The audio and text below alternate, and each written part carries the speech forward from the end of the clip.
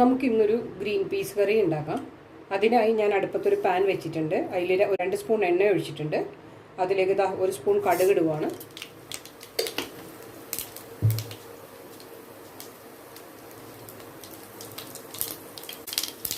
കടുക് പൊട്ടിത്തീരുമ്പോഴത്തേക്കും നമുക്ക് കറിവേപ്പില 3 ഉണക്കമുളക് പൊട്ടിച്ചതിൽ കൊടുക്കാം.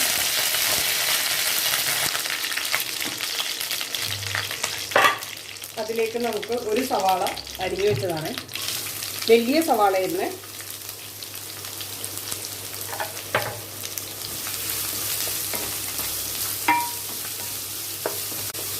നന്നായിട്ടൊന്ന് വഴണ്ടോട്ടെ കേട്ടോ. ഇതിനകത്തേക്ക് വഴലാൻ വേണ്ടി അല്പം ഉപ്പിട്ട് കൊടുക്കാം.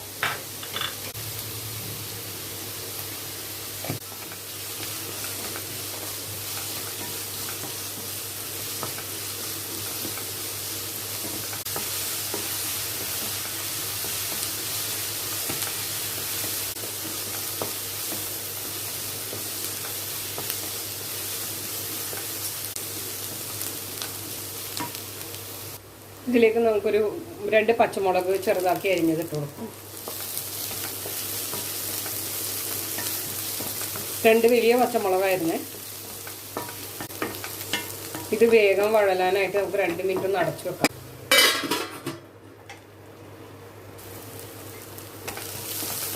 ഞാൻ മൂടി തുറന്നായിരുന്നു. ഇനി ഇതിലേക്ക് ഇഞ്ചി വെളുത്തുള്ളി പേസ്റ്റ് ഇട്ട് കൊടുക്കാം.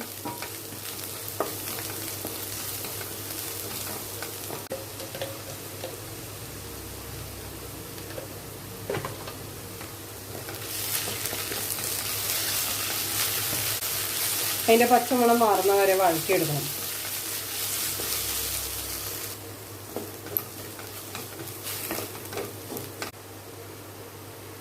നമുക്കിതിലേക്ക് അല്പം മഞ്ഞൾപ്പൊടി,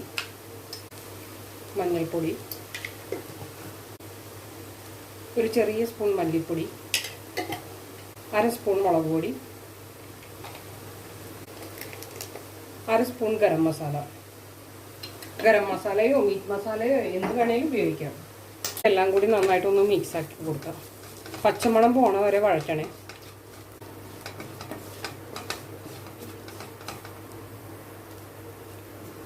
അപ്പോഴത്തേക്ക് ഇത് നന്നായിട്ടൊന്ന് മൂത്ത് വരട്ടെ. മൂത്തിട്ടില്ല, ഇത് മൂക്കാൻ ഇത്തിരി സമയം എടുക്കും. കാരണം അല്ലെങ്കിൽ ടേസ്റ്റ് ഉണ്ടാവില്ല, പച്ചമണം ചോദിക്കും, കറിക്കൊരു സുഖം ഉണ്ടാവില്ല.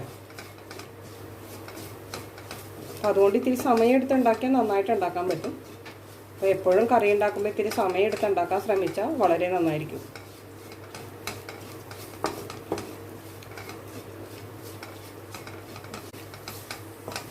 ഇതിൻ്റെ പച്ചമണം മാറിയിട്ടുണ്ട്. ഞാൻ ഇതിനകത്തോട്ട് തക്കാളി ചേർക്കാൻ പോവാണ്. ഒരു ചെറിയ തക്കാളി അരിഞ്ഞു വെച്ചതാണ്.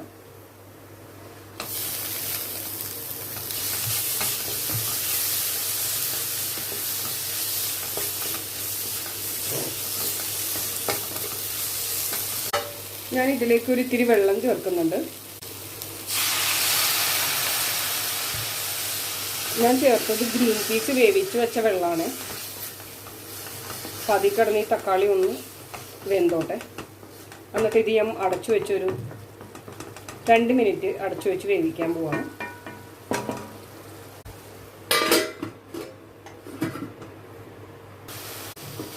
തക്കാളി വെന്തിട്ടില്ല, വേകാൻ ഇത്തിരി സമയമെടുക്കും. 2 മിനിറ്റ് വീണ്ടും അടച്ചു വെച്ച് വേവിക്കാം.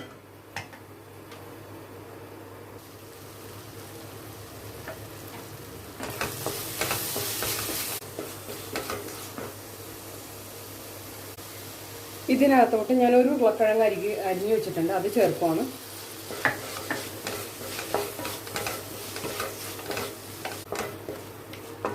ഒരു 2 മിനിറ്റ് അടച്ചു വയ്ക്കാം. അപ്പോൾ ആദ്യം നമുക്കിതൊന്ന് അടച്ചു വെച്ച് 2 മിനിറ്റ് വേവിക്കാം.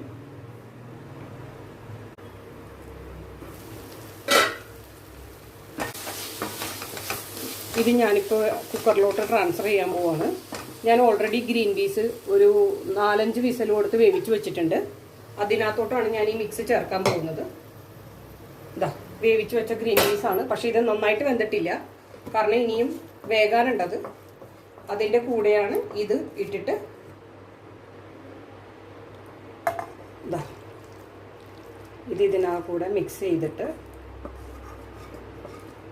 ഒരു 1 കപ്പ് വെള്ളവും ചേർത്ത് നമുക്ക് വേവിക്കാം. 2 വിസിൽ. അധികം വെള്ളം ഒഴിച്ച് കുളമാക്കരുത്.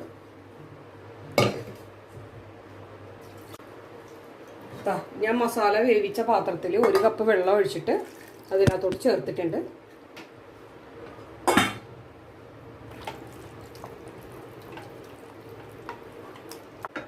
അപ്പം ഞാൻ ഇത് ക്ലോസ് ചെയ്തിട്ട് ഒരു 2 വിസിൽ കേൾക്കുന്ന വരെ വേവിക്കാം. 2 വിസിൽ മതി, അതിൽ കൂടുതൽ വേണ്ട.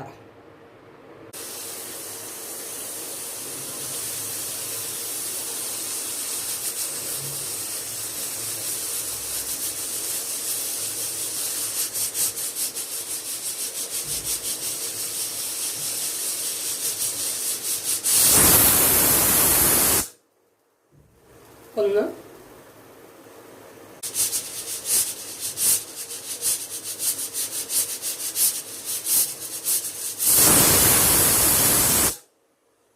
രണ്ട് വിസിൽ വന്ന് ഞാനിത് ഓഫ് ചെയ്യുവാണ്. ഇനി ഇതിൻ്റെ സ്റ്റീം പോണ വരെ നമുക്ക് വെയിറ്റ് ചെയ്യാം. കറി റെഡി ആയിട്ടുണ്ട്. ഉരുളക്കിഴങ്ങ് നന്നായിട്ട് വെന്തിട്ടുണ്ട്.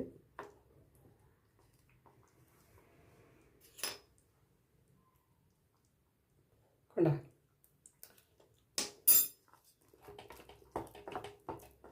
ഒന്നും ഓവർ കുക്കല്ല, എല്ലാം കറക്റ്റായിട്ട് വെന്തിട്ടുണ്ട്.